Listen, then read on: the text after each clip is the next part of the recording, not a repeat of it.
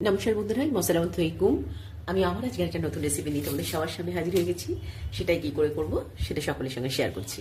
এখানে আমি 5 প্যাকেটের মতো দুধকে কাটিয়ে ছানা করে রেখে দিয়েছিলাম। আজকে ছানার কোপ্তা করব। ছানার কোপ্তা করতে গেলে প্রথমে ছানার কাটানোর সময় কিন্তু তোমরা লেবু দিয়েও কাটাতে পারো, বা দুধ কাটানোর পাউডার সেই পাউডার দিয়েও কাটিয়ে নিতে পারো। ছানার কোপ্তাটা কিন্তু করার আগে ছানাটাকে খুব ভালো করে মিহি করে হাত দিয়ে একটু ডলতে হবে। এবার এর মধ্যে কিছু মশলা মিশিয়ে আবার এটাকে মেখে বল বল করে নেব। প্রথমে নুন দিয়ে দিলাম। নুনটা একটু অল্পই দেবো প্রথমে, তারপরে দেবো একটু চিনি, আদা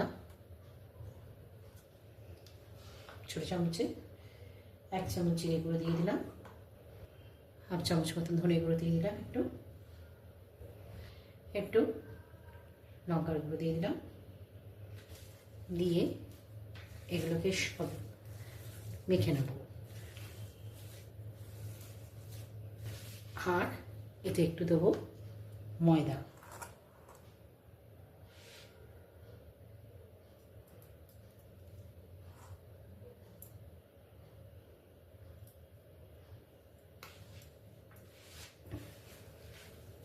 দেখো আমার কতটা ছানা থেকে কতটা কমে গেছে দেখো। এবারে হাতে একটুখানি তেল দিয়ে, তবে একটুখানি এক হাতটা যেহেতু ড্রাই থাকে তাই জন্য দুটো হাতেই একটু মাখিয়ে নিলাম। নিয়ে এবার বলগুলো যে যেরকম সাইজের করবে সেরকম সাইজ করে নেবে। এইভাবে একটু ছড়িয়ে আমি ভেতরে একটা কাজু আর কিশমিশ দিয়ে দিলাম। দিয়ে এবারে আবার বলটাকে একদম সেম গোল করে নেব। আবার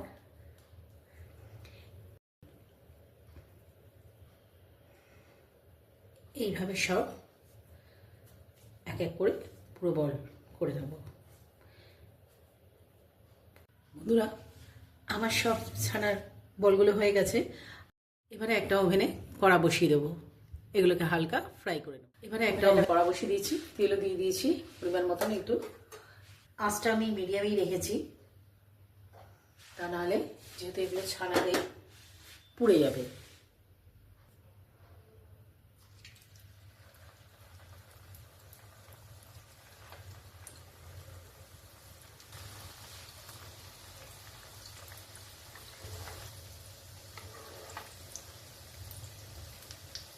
এরকম ব্রাউনিশ হয়ে গেলে একটু উল্টো দিতে হবে, বোথ সাইড এইভাবে ভেজে নিতে হবে।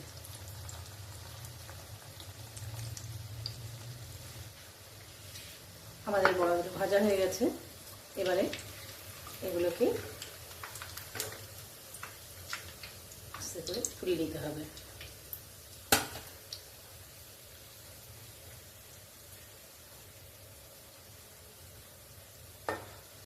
বন্ধুরা, ছানার বড়গুলো ভাজা হয়ে গেছে।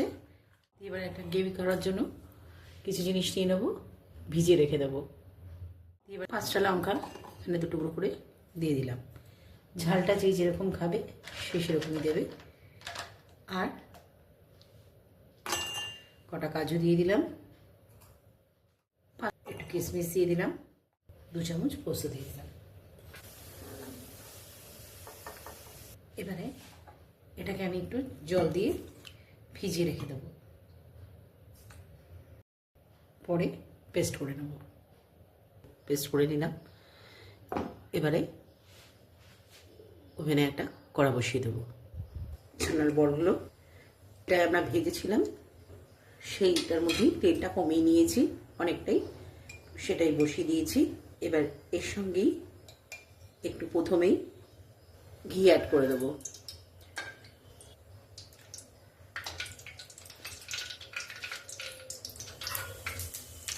অল্প একটু সাদা জিরে দিয়ে দিলাম, একটু নুন দিয়ে দেবো,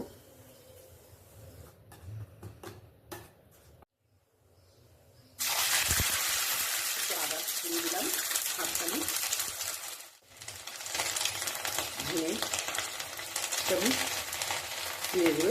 চামচ।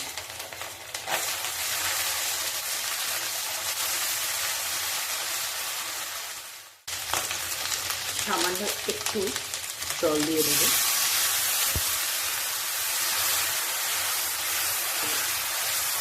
সামান্য হলুদ দিচ্ছি।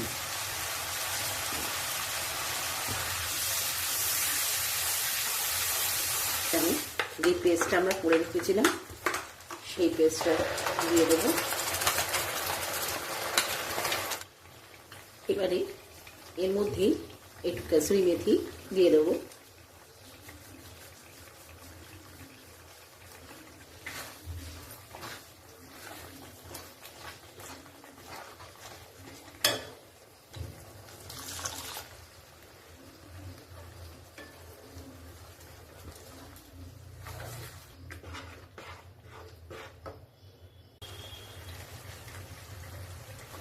একটু দই দিয়ে দেবো।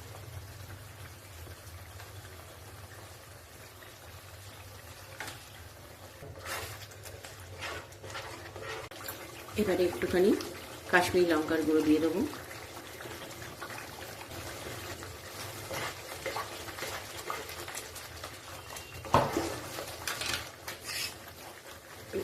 এই জলটা দিয়ে দেবো। আর যেই দুধটা আর জলটা আমরা মিশিয়ে রেখেছিলাম সেটা দিয়ে দিলাম, প্লাস হাফ কাপ মতো জল অ্যাড করলাম।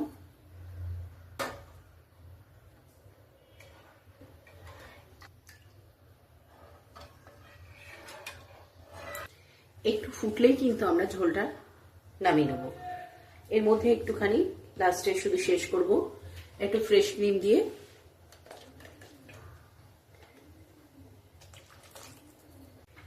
বন্ধুরা, আমার কিন্তু ছানার কোপ্তার গ্রেভি রেডি হয়ে গেছে।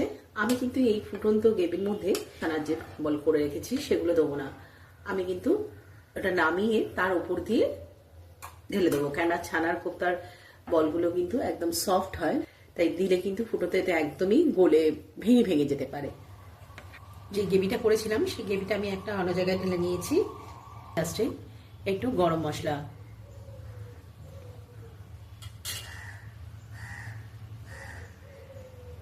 এবার ঠিক যে জায়গায় সার্ভ করবে সেখানে বড়াগুলো দিয়ে দিলাম ছানার। এবার তার উপর দিয়ে গরম গ্রেভিটা দিয়ে দিলেই ছানার কোপ্তা রেডি। বন্ধুরা, আমার ছানার কোপ্তা রেডি। এবার শুধু খাওয়ার অপেক্ষায়।